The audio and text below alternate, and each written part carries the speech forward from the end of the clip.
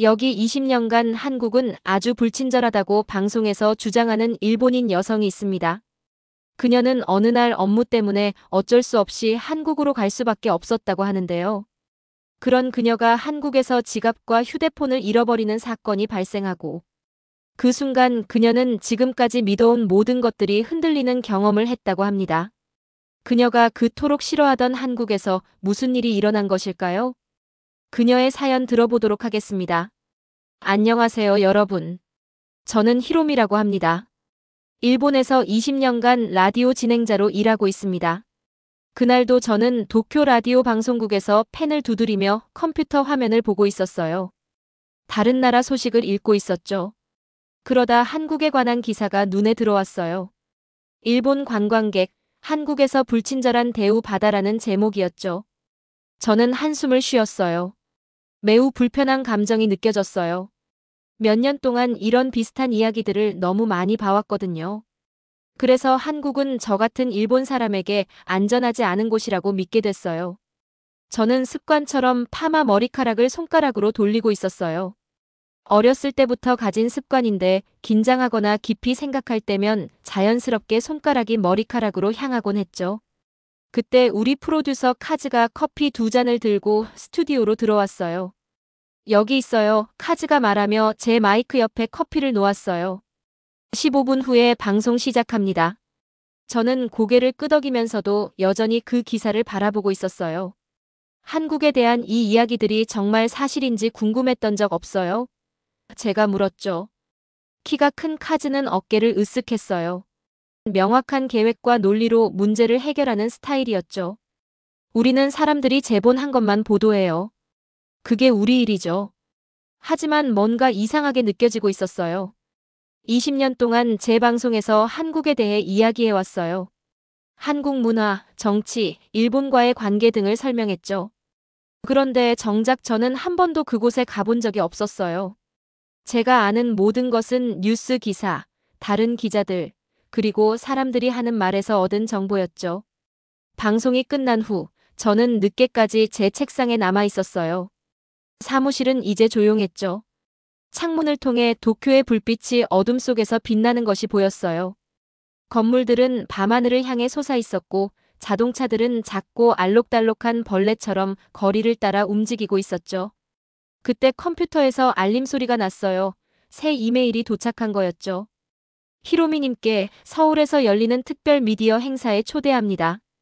일본과 한국 방송인들이 서로를 뉴스에서 어떻게 표현하는지 논의하는 자리입니다. 저는 한참 동안 그 초대장을 바라보고 있었어요. 한편으로는 바로 지워버리고 싶었어요. 제 머릿속에서 한국은 무서운 곳이었거든요. 일본 사람들이 환영받지 못하는 곳이라고요. 하지만 다른 한편으로는 궁금했어요. 내가 알고 있다고 생각하는 모든 것이 사실과 다르다면 어떨까? 정말 오랫동안 두려워했던 곳으로 바다를 건너갈 수 있을까요?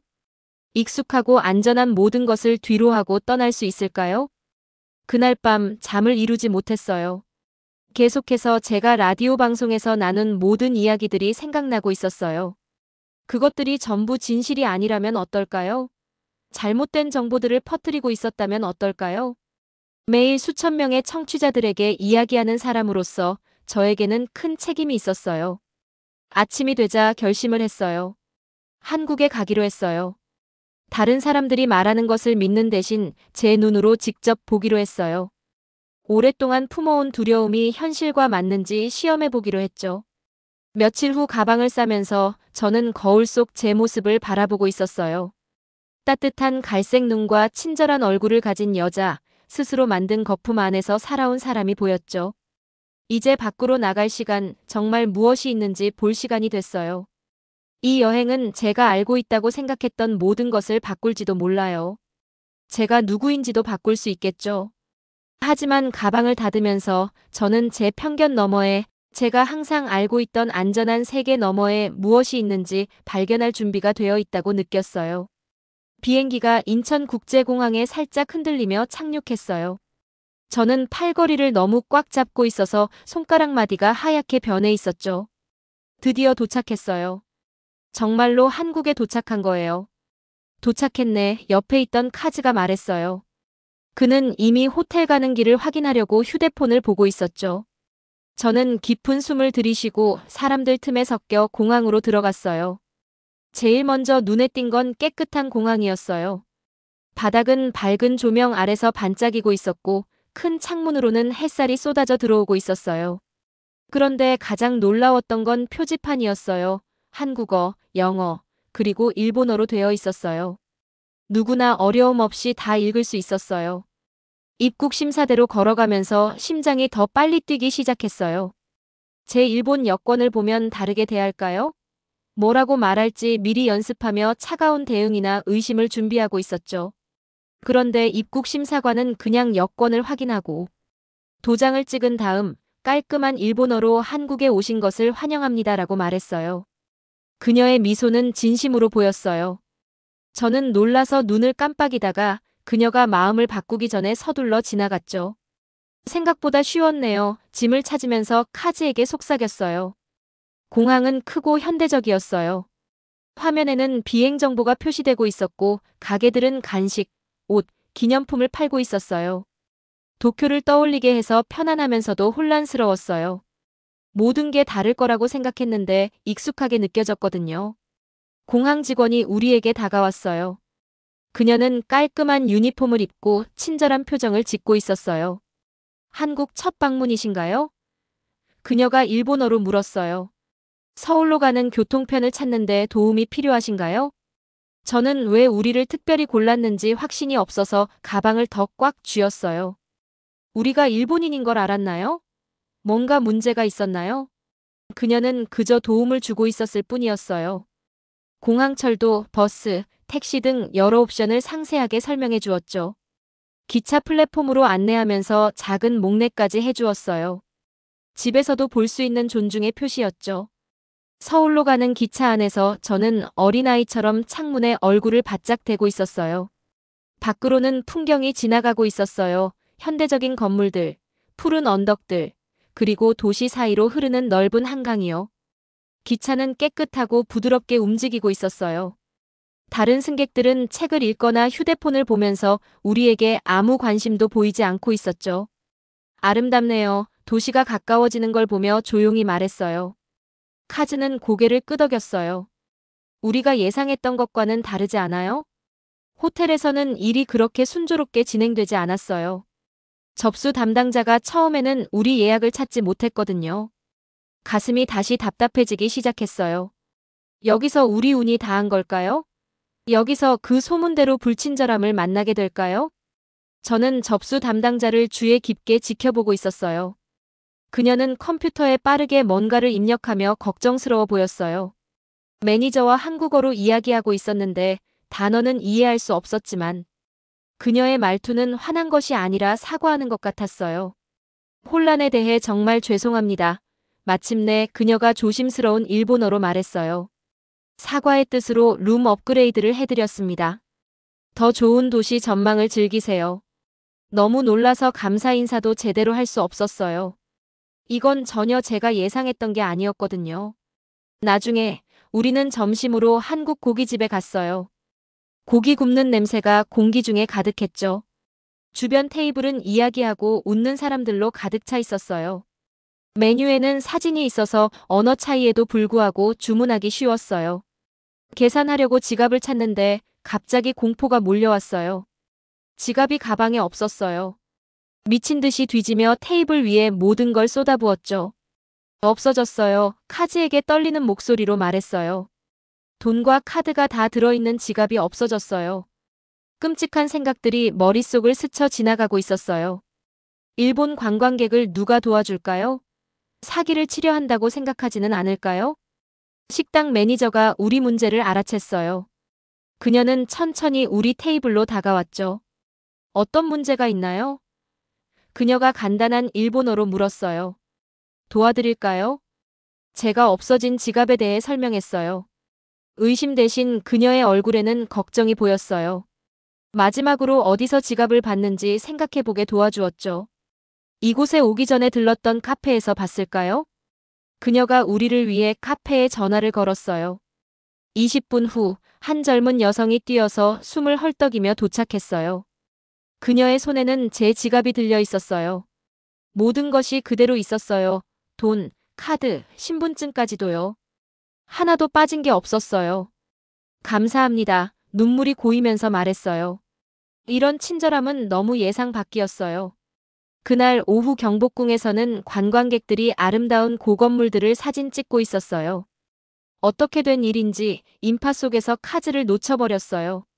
바로 그때 주머니에서 휴대폰이 없어진 걸 깨달았죠. 낯선 사람들 사이에 홀로 서서 완전히 길을 잃은 기분이었어요. 휴대폰 없이는 카즈에게 전화할 수 없었고 카즈 없이는 호텔로 돌아가는 방법을 몰랐어요. 그리고 공항처럼 일본어 표지판 없이는 주변에 어떤 것도 읽을 수 없었죠. 한 경비원이 제가 당황해 보이는 걸 알아챘어요. 그는 저를 놀라게 하지 않으려는 듯 천천히 다가왔죠. 도와드릴까요? 그가 서툰 영어로 물었어요. 저는 손짓과 여행을 위해 배운 몇 안 되는 한국어 단어로 상황을 설명하려 했어요. 그는 고개를 끄덕이며 분실물 보관소로 저를 안내했어요. 안에는 이미 누군가가 있었는데 제 휴대폰을 들고 있는 관광객이었어요. 그들은 바닥에서 휴대폰을 발견하고 바로 가져다 주었던 거예요.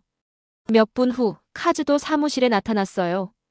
그는 저를 찾아 여기저기 다니고 있었던 거였죠. 경복궁 정원의 돌벤치에 앉아 있으니 제 안에서 뭔가가 변하고 있다고 느꼈어요. 오늘 하루 동안 3번이나 최악의 상황이 생겼는데 모두 도움을 받았어요. 입국 심사관, 호텔 매니저, 식당 직원, 전화를 돌려준 사람. 누구도 제가 일본인이라는 것에 신경 쓰지 않았어요. 그들은 그저 도움이 필요한 사람을 도왔을 뿐이었죠. 아마도 내가 한국에 대해 알고 있다고 생각했던 모든 것이 틀렸나 봐. 분홍 눈처럼 주변에 떨어지는 벚꽃잎을 보며 혼잣말을 했어요. 여러 해 동안 쌓아온 편견의 벽이 금이 가기 시작하고 있었어요. 그 틈으로 전에는 몰랐던 빛이 들어오고 있었죠. 다음 날 아침, 우리는 KBS 방송국 건물 앞에 서 있었어요. 건물은 높고 햇빛에 반짝이는 유리로 만들어져 있었죠. 오늘 우리는 다른 나라에 대한 다큐멘터리를 만드는 유명한 한국 프로듀서 민재 씨를 만날 예정이었거든요. 준비됐어? 카즈가 시계를 확인하며 물었어요. 그는 항상 그렇듯 침착해 보였지만 그도 궁금해하고 있다는 걸 알 수 있었어요. 저는 고개를 끄덕였지만 사실 전혀 준비가 안 되어 있었어요. 민재 씨는 저를 어떻게 생각할까요? 제가 일본 라디오 진행자라는 걸 알면 차갑게 대할까요? 한국에 대해 부정적인 이야기를 하는 다른 일본 미디어 사람들과 똑같다고 생각할까요? 로비는 반짝이는 바닥과 뉴스 프로그램을 보여주는 큰 화면이 있는 넓은 공간이었어요. 친절한 안내원이 전화로 누군가에게 연락한 다음 우리에게 엘리베이터를 가리켰어요. 12층입니다. 그녀가 미소 지으며 말했어요. 김 선생님이 기다리고 계세요. 엘리베이터가 올라가는 동안 제 심장은 점점 더 빨리 뛰고 있었어요. 문이 열리자 사람들이 서류와 커피 잔을 들고 분주히 돌아다니는 사무실이 나타났어요. 한 남자가 책상에서 일어나 따뜻한 미소를 지으며 우리에게 걸어왔어요. 그는 제 키 정도의 친절한 눈과 깔끔한 정장을 입고 있었어요. 그가 악수를 하려고 손을 내밀었어요. 히로미 씨, KBS에 오신 것을 환영합니다. 그가 완벽한 일본어로 말했어요. 당신의 라디오 프로그램을 여러 번 들었어요. 문화 이야기에 관한 당신의 방송은 정말 훌륭해요. 한국 프로듀서가 제 작업을 알고 좋아한다고요? 전혀 예상하지 못했어요. 단지 제가 일본인이라는 이유로 그가 저를 싫어할 거라고 생각했던 것이 부끄러워졌어요. 민재 씨의 사무실은 깨끗하고 정돈되어 있었어요. 상과 증명서가 벽에 걸려 있었고 창문을 통해 아래로 펼쳐진 서울을 볼 수 있었어요. 높은 건물들과 멀리 보이는 푸른 산들이 있는 도시였죠. 우리나라들이 서로를 뉴스에서 어떻게 보여주는지 이야기하고 싶었어요. 제가 조심스럽게 말했어요. 민재 씨가 고개를 끄덕였어요. 한국 뉴스가 일본을 어떻게 보여주고 일본 뉴스가 한국을 어떻게 보여주는지 말씀이시죠? 저는 제 손을 내려다보았어요. 네. 최근에 우리가 서로에 대해 말하는 것이 항상 진실은 아닐 수도 있다는 생각이 들었어요. 민재 씨는 제 말에 화를 내지 않았어요. 대신 그는 일어섰어요. 내부를 소개해드리죠. 방송국을 둘러보는 동안 민재 씨는 뉴스가 어떻게 작동하는지 설명해 주었어요. 그는 어떤 이야기를 전할지 결정하는 큰 방을 보여주었어요. 우리는 컴퓨터로 영상을 편집하는 사람들을 지켜보았어요. 모두가 바쁘고 집중하고 있었죠. 뉴스의 문제는 우리가 지켜보는 동안 민재 씨가 말했어요. 흥미롭거나 무서운 이야기가 더 많은 관심을 받는다는 거예요. 평범한 일상적인 친절함은 좋은 헤드라인이 되지 않아요. 우리는 생방송을 보기 위해 멈췄어요. 기자들이 여러 아시아 국가 간의 문제에 대해 이야기하고 있었어요. 저는 그들이 일본에 대해 나쁜 말을 할 거라고 예상했지만 실제로는 공정한 이야기의 여러 측면을 보여주고 있었어요. 대부분의 사람들은 좋은 사람이에요. 민재 씨가 계속 말했어요. 대부분의 일본 사람들은 친절해요. 대부분의 한국 사람들도 친절하고요. 하지만 우리 뉴스는 종종 몇몇 나쁜 예에 초점을 맞추죠. 그의 말이 저를 제 라디오 쇼에 대해 생각하게 했어요. 얼마나 많은 한국을 불친절하거나 위험한 곳처럼 보이게 하는 이야기를 했을까요? 얼마나 많은 청취자들이 제가 말한 것을 바탕으로 의견을 형성했을까요? 그날 저녁 카즈와 저는 버스를 타고 도시 전체를 볼 수 있는 유명한 장소인 엔서울타워를 방문했어요. 버스 기사님이 우리가 혼란스러운 표정으로 지도를 보고 있는 것을 알아챘어요. 어디 가세요? 그가 간단한 영어로 물었어요. 우리가 말하자 그는 웃으며 말했어요. 가시는 정류장 알려드릴게요. 걱정 마세요. 버스를 타는 내내 그는 우리에게 여러 명소를 알려주고 있었어요. 우리 정류장에 도착했을 때 그는 우리가 어느 방향으로 걸어가야 하는지 확실히 알게 해주었어요. 심지어 주머니에서 작은 사탕까지 꺼내주었죠. 한국에 오신 걸 환영합니다. 그가 큰 미소로 말했어요. 엔서울타워 위에서 도시의 불빛이 떨어진 별처럼 아래로 펼쳐져 있었어요. 제가 본 것 중 가장 아름다운 광경 중 하나였어요. 하지만 완전히 즐길 수는 없었어요. 속으로는 자신과 싸우고 있었거든요. 제가 한국에 대해 믿었던 모든 것이 틀린 것으로 밝혀지고 있었어요. 사람들은 일본 방문객들에게 불친절하지 않았어요. 그들은 일본이나 다른 어떤 곳의 사람들처럼 친절하고 도움이 됐어요. 다른 무엇에 대해서도 내가 틀릴 수 있겠다는 생각이 들었어요. 어지러움을 느꼈는데 그건 우리가 높은 곳에 있어서가 아니었어요. 제 세계 전체가 변하고 있었기 때문이었죠.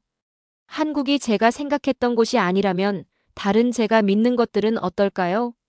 수년 동안 제 라디오 청취자들에게 들려준 모든 이야기들은요? 괜찮아? 카즈가 제 창백한 얼굴을 보고 물었어요. 모르겠어. 솔직하게 대답했어요. 내가 알고 있다고 생각했던 모든 것이 틀렸어, 카즈. 나는 청취자들에게 사실이 아닌 것들을 말해왔어. 아무 이유 없이 그들이 한국을 두려워하게 만들었어. 도시의 불빛이 눈물로 흐려지는 것을 보고 있었어요. 이것이 제 시련이었어요. 마이너스 저 자신에 대한 진실을 마주하는 것. 저는 불공정하고 잘못된 생각을 가지고 있었어요. 한 번도 보지 않고 한국이라는 나라를 판단했어요. 이에 대신 두려움을 퍼뜨렸죠. 서울 위에 서서 작지만 또한 자유롭다고 느꼈어요. 제 주변에 쌓아올린 편견의 벽이 마침내 무너지고 있었어요. 제가 틀렸다는 걸 인정하는 게 마음 아팠지만 또한 긴 잠에서 깨어나는 느낌이기도 했어요. 이걸 바로 잡아야 해. 아래에서 빛나는 아름다운 도시를 보며 속삭였어요. 집에 돌아가면 진실을 말해야 해. 카즈가 제 어깨에 손을 얹었어요.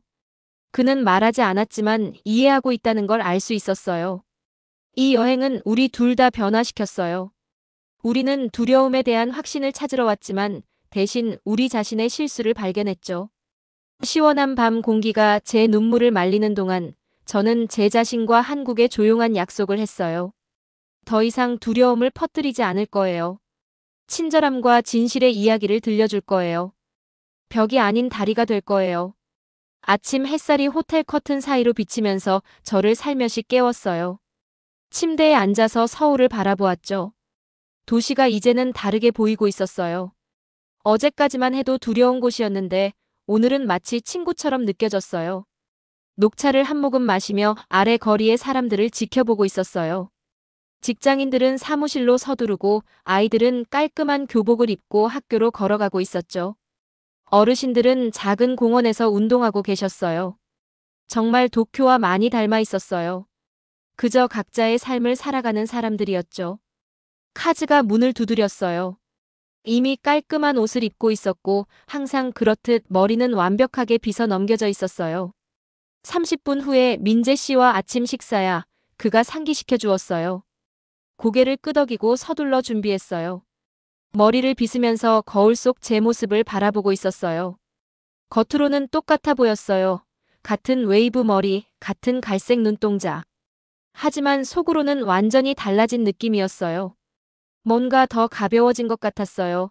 마치 내가 짊어지고 있는지도 몰랐던 무거운 배낭을 내려놓은 것처럼요. 우리는 전통 한국 찻집에서 민재 씨를 만났어요. 건물은 나무 바닥과 종이 창문이 있는 오래된 곳이었어요. 안에는 허브와 꽃향기가 가득했죠. 낮은 테이블에 있는 방석에 앉았는데 친절한 여성이 작은 잔에 차를 따라주고 있었어요. 민재 씨는 우리가 시도해 볼 수 있도록 전통적인 한국 아침 음식을 주문했어요. 작은 반찬들과 함께 나온 죽이 있었는데 채소, 계란, 생선 등이 곁들여져 있었죠. 모든 것이 마치 접시 위에 작은 보석처럼 아름답게 정돈되어 있었어요. 식사를 하면서 민재 씨가 직원들과 어떻게 소통하는지 지켜보고 있었어요. 그는 부드럽지만 자신감이 넘쳤어요. 모든 사람의 이름을 기억하고 가족에 대해 물어보고 있었죠. 직원들은 분명히 그를 존경하고 좋아하는 것 같았어요. 차를 따르는 사람이든 식당을 운영하는 사람이든 상관없이 모두에게 같은 친절함으로 대하고 있었어요. 갑자기 머릿속에 아이디어가 떠올랐어요. 너무 명확하고 완벽해서 바로 공유하고 싶었어요. 특별한 라디오 프로그램을 만들고 싶어요. 제가 그들에게 말했어요. 정치인이나 전문가가 아니라 한국과 일본의 평범한 사람들이 자신의 실제 경험을 나누는 거예요. 민재 씨의 눈이 반짝였어요. 개인적인 이야기를 통해 고정관념을 무너뜨리는 거군요. 정확히 필요한 거예요. 시리즈로 만들 수 있을 것 같아요. 카즈가 항상 그렇듯 실용적인 방식으로 계획하며 덧붙였어요. 실제 사람들이 자신이 기대했던 것과 어떻게 경험이 달랐는지 말하는 거죠. 이 새로운 아이디어에 대해 이야기하면서 내 안의 설렘이 커지고 있었어요. 처음으로 제 라디오 쇼로 돌아가고 싶어졌어요. 예전처럼 계속하기 위해서가 아니라 새롭고 진실된 무언가를 만들기 위해서였어요. 이것이 이 여정에서 얻은 제 보상이라는 걸 깨달았어요. 단지 직접 한국을 보는 것뿐만 아니라 진실을 다른 사람들과 나눌 수 있는 방법을 찾은 거였죠. 두려움과 오해의 벽을 허물 수 있게 될 거예요. 아침 식사 후 민재 씨는 우리를 작은 동네 시장으로 데려갔어요. 한국에서의 마지막 날이었고 여기서의 일상생활을 경험하고 싶었거든요. 시장은 분주하고 다채로웠어요. 상인들은 과일, 채소, 옷, 그리고 수제 물건들을 팔고 있었고 공기 중에는 향신료와 길거리 음식 냄새가 가득했어요. 한 작은 가게에서 한 할머니가 전통 한국 비녀를 팔고 계셨어요. 정말 아름다웠어요. 작은 장식이 달린 나무와 금속으로 만들어져 있었죠. 그것들의 장인 정신에 감탄하며 멈춰 서서 구경하고 있었어요. 할머니가 제 관심을 알아차렸어요. 얼굴은 마른 사과처럼 주름져 있었지만 눈은 밝고 친절했어요. 그분은 비녀 중 하나 작은 꽃 디자인이 있는 단순한 것을 집어들고 제게 더 가까이 오라고 손짓했어요. 무엇을 원하시는지 확실하지 않았지만 앞으로 나아갔어요.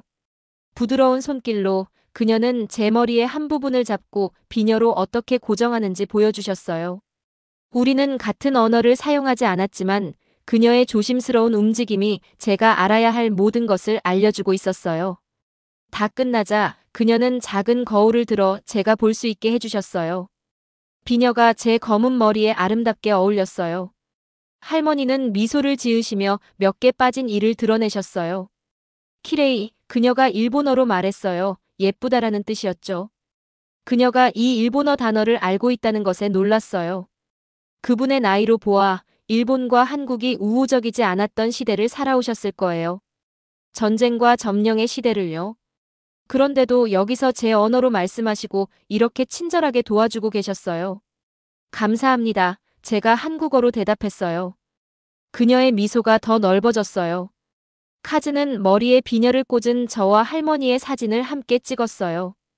그 순간 이 단순한 사진이 제가 이 여정에서 배운 모든 것을 담고 있다는 걸 알았어요.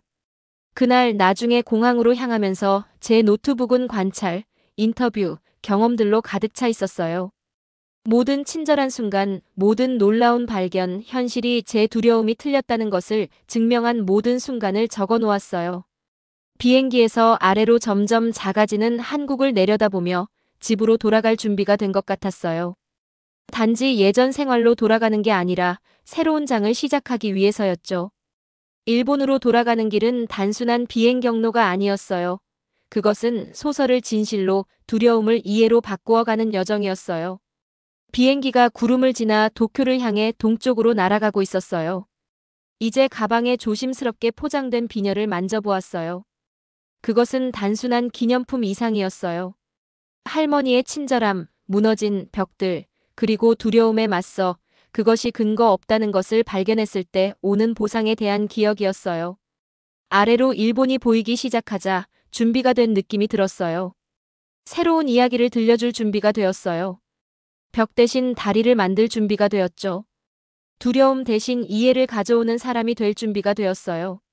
제 여정의 가장 큰 보상은 한국에서 찾은 것이 아니라 그곳에서 잃은 것이었어요. 제 편견이요. 근거 없는 두려움이요. 제 무지함이요. 그리고 이 무거운 짐들 없이 마침내 더 가벼운 마음과 더 맑은 눈으로 앞으로 나아갈 수 있게 되었어요. 스튜디오의 어둠 속에서 빨간 ONAIR 표시등이 밝게 빛나고 있었어요. 헤드폰을 조정하고 마이크를 더 가까이 당겼죠. 심장이 빠르게 뛰고 있었지만 준비된 느낌이었어요. 한국에서 돌아온 지 3일 후 다시 라디오쇼에 돌아왔는데 이제는 모든 것이 달라져 있었어요. 안녕하세요, 일본 여러분. 다나카 히로미입니다. 오늘 밤부터 새로운 프로그램을 시작합니다. 헤드라인 너머 우리 이웃에 관한 진실. 제 목소리가 약간 떨리고 있었어요. 두려워서가 아니라 제가 하는 일이 너무 중요해서였죠. 유리창 너머로 카즈가 엄지손가락을 들어 보였어요. 그의 얼굴은 평소처럼 진지하지 않고 자랑스러워 보였어요. 오늘 밤 우리 게스트를 소개하기 전에 여러분께 중요한 말씀을 드려야 할 것 같아요. 저는 오랫동안 이 쇼에서 한국에 대해 이야기해왔어요. 한국이 일본 사람들에게 불친절하게 느껴지도록 하는 이야기와 뉴스를 나눴죠. 하지만 저는 지난주까지 직접 그곳에 가본 적이 없었어요. 그 이야기들이 진실인지 확인해보지도 않았어요. 깊은 숨을 들이쉬었어요. 자신이 틀렸다고 인정하는 것은 쉽지 않지만 옳게 느껴지고 있었어요. 서울의 한 카페에서 지갑을 잃어버렸어요. 영원히 찾지 못할 거라고 생각했죠. 하지만 누군가가 그것을 찾아서 모든 것이 그대로 들어있는 채로 저에게 돌려주었어요. 휴대폰도 잃어버렸는데 친절한 낯선 사람이 바로 분실물 보관소에 맡겨주었어요. 버스 기사님은 사탕을 주시고 우리가 정류장을 놓치지 않도록 확인해 주셨어요. 우리가 일본인이라는 것을 알았음에도 불구하고 어디를 가든 사람들이 도와주었어요. 말하면서 각각의 친절한 얼굴들, 각각의 도움이 되는 행동들을 기억하고 있었어요. 그것들이 사진첩의 사진들처럼 머릿속을 스쳐 지나가고 있었죠. 제가 경험한 한국은 이 쇼에서 이야기했던 한국과는 전혀 달랐어요. 실제 생활은 제가 상상했던 무서운 곳보다 더 친절하고 더 우호적이고 더 아름다웠어요. 제어판의 버튼을 눌렀고 녹음된 인터뷰가 재생되기 시작했어요. 한국에서 공부한 일본 학생의 목소리였죠. 그녀는 한국 친구들을 사귀고 환영받고 안전하다고 느꼈던 것에 대해 이야기하고 있었어요. 그녀의 부분이 끝나자 또 다른 인터뷰를 재생했어요. 한국 회사들과 일하는 일본 사업가였죠. 전화 라인을 열었을 때 청취자들이 화를 낼까봐 걱정되고 있었어요. 그들이 제가 배신했다고 생각할까요? 욕을 할까요? 첫 번째 전화가 저를 놀라게 했어요. 작년에 한국을 방문했던 노인이었거든요. 저도 두려웠어요. 그의 거친 목소리가 헤드폰을 통해 들려왔어요. 하지만 그곳 사람들은 저를 가족처럼 대해주었어요. 지금도 친구들과 연락하면서 지내고 있습니다. 더 많은 전화가 걸려왔어요. 한국 남자와 결혼한 여성이요. 콘서트를 보러 서울에 갔던 학생이요. 양국의 회사들과 일하는 사업가요. 그들 모두 한국에서 발견한 친절함과 우정의 이야기를 나누고 있었어요. 저만 우리가 종종 듣는 것과 다르다는 것을 발견한 것이 아닌 것 같네요. 청취자들과 따뜻한 연결감을 느끼며 말했어요. 오늘은 우리 이웃을 더 잘 이해하기 위한 여정의 시작일 뿐이에요. 쇼가 끝났을 때 우리 프로그램의 소셜미디어 페이지는 댓글로 가득 차 있었어요. 몇몇 사람들은 자신들의 이야기를 공유하고 있었죠.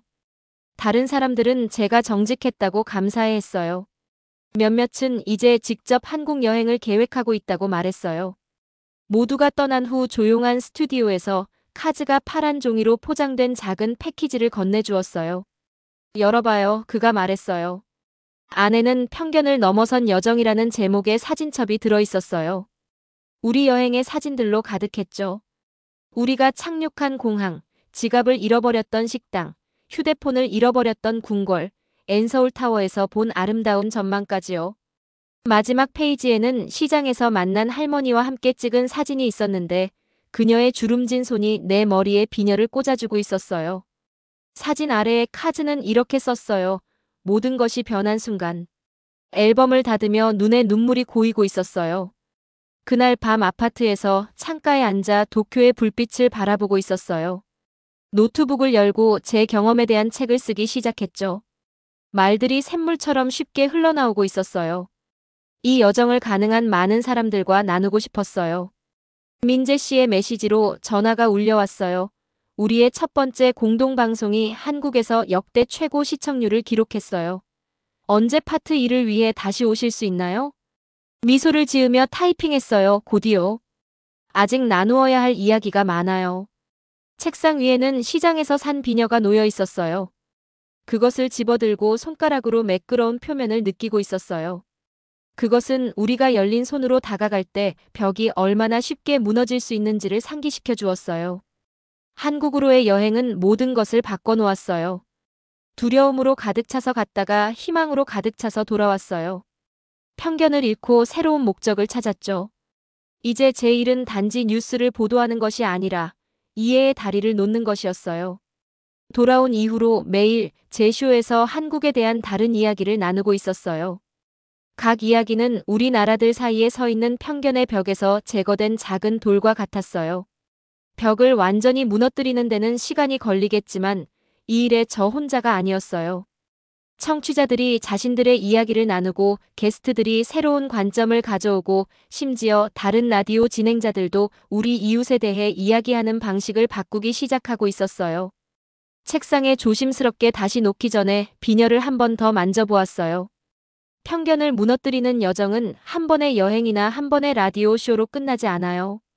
그것은 매일 나눠진 각각의 이야기, 맞닥뜨린 각각의 두려움, 우정으로 내민 각각의 손으로 계속되고 있어요. 제가 청취자들에게 줄 수 있는 가장 큰 선물은 흥미진진한 뉴스나 극적인 헤드라인이 아니었어요. 그것은 제가 한국에서 발견한 단순한 진실이었죠. 어디를 가든 사람은 그저 사람일 뿐이에요. 무서운 이야기와 환한 헤드라인 뒤에는 웃고, 울고, 일하고, 꿈꾸고 관심을 가지는 우리와 똑같은 실제 사람들이 있어요. 그리고 그 진실은 단순하지만 모든 것을 바꿀 수 있어요. 오늘의 사연은 여기까지입니다. 히로미의 이야기는 우리에게 중요한 깨달음을 전합니다. 때로는 이웃나라에 대한 선입견이 진실을 가리기도 합니다. 하지만 직접 경험하며 서로를 알아가는 과정에서 진정한 이해가 시작됩니다. 뉴스 헤드라인 너머에는 우리와 똑같이 웃고, 울고, 꿈꾸는 사람들이 있습니다. 가장 단순한 진실이 가장 강력한 변화를 만들어내죠. 편견의 벽을 허물고 이해의 다리를 놓는 것은 우리 모두의 작은 노력에서 시작됩니다. 긴 영상 시청해주셔서 감사합니다. 영상에서 찾아뵙겠습니다. 다음 영상이 기다려지신다면 구독, 좋아요, 알림 설정 부탁드리겠습니다.